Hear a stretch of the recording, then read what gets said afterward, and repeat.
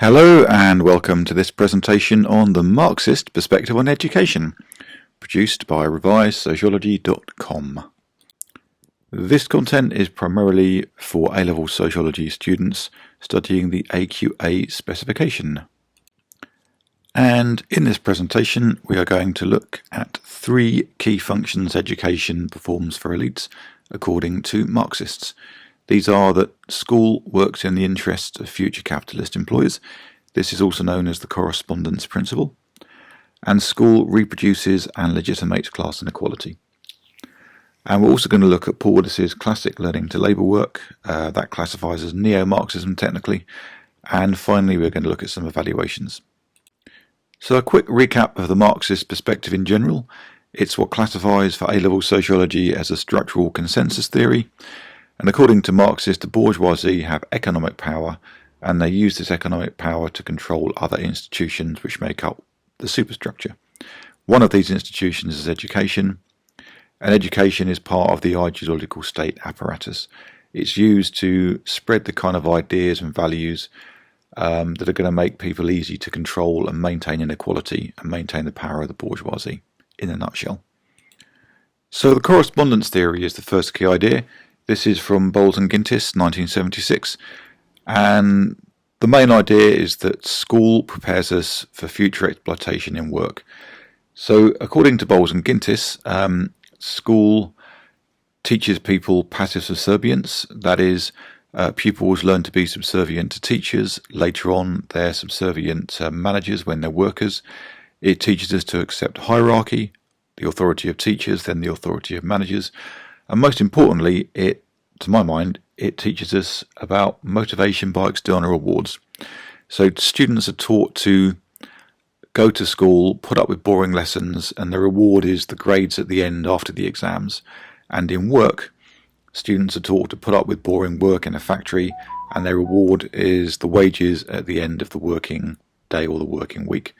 Now, this is actually odd according to Marx or according to Bowles and Gintis, because education should be fun, but it's not. Work should be fun, but it's not. And so by making school boring and teaching us motivation by external rewards, it gets us ready for boring drudge labour later on, which is the kind of labour that factories need and capitalists need in order to make a profit. A second function is that schools reproduce class inequality, meaning that inequalities carry on from one generation to the next. So middle class kids go on to get middle class jobs, working class kids go on to get working class jobs, because middle class kids do better in school than working class kids. And basically, according to Marxists, money determines how well children do in education, not intelligence.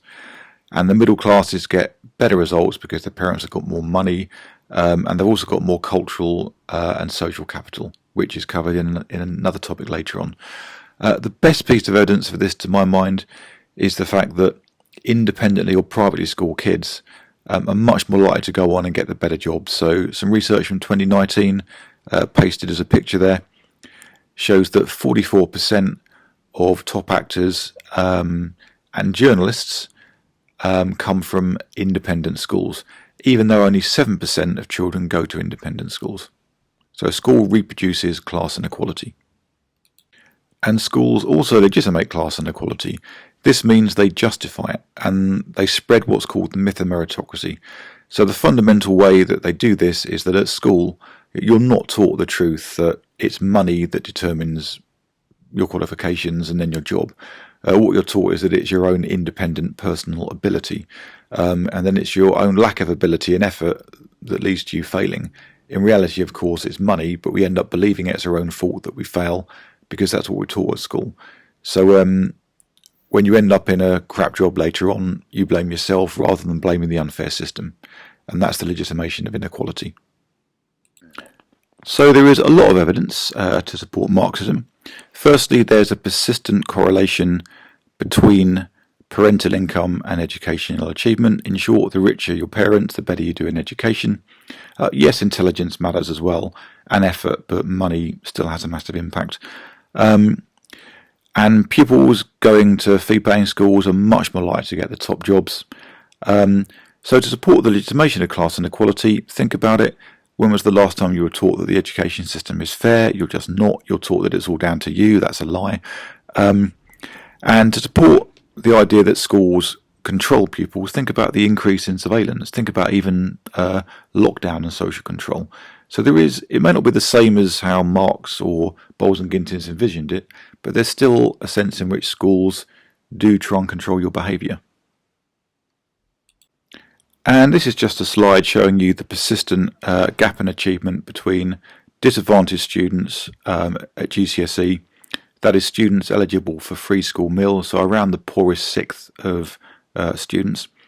And the purple line is what I'm interested in towards the bottom, the purple-pink line.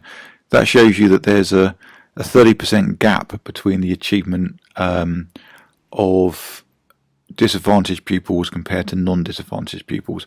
So what this is showing you is that roughly 40% of disadvantaged students get a grade 4 or C above in English and Maths, compared to roughly 70% of non-disadvantaged students. So the gap is enormous, and what the pink purpley line shows you is that gap's been pretty stable since 2007, and so that is the disadvantage gap, that is the reproduction of class inequality. So there are also plenty of criticisms of Marxism. Quite a good criticism is that during lockdown, when students weren't in school, the disadvantage gap increased, which suggests that when schools are open, they actually do a tiny little bit to reduce inequality. Also, universities teach critical subjects which make students think, so it's not all about social or ideological control. It's very deterministic. We'll come on to Paul Willis in a minute. That is, not every child passively accepts authority, like the correspondence theory said. Some students rebel, some students truant, some students kind of bunk off and disobey the rules, so not everyone obeys.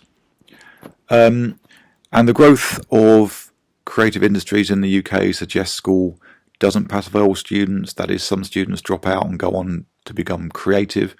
And finally, school doesn't necessarily get us ready for work, because work has changed. Work isn't just drudge labour anymore. Schools are more likely to teach creativity and individuality in order to get students ready for a diverse, complex, postmodern labour market. So a classic study which criticises traditional Marxism is Paul Willis's Learning to Labour.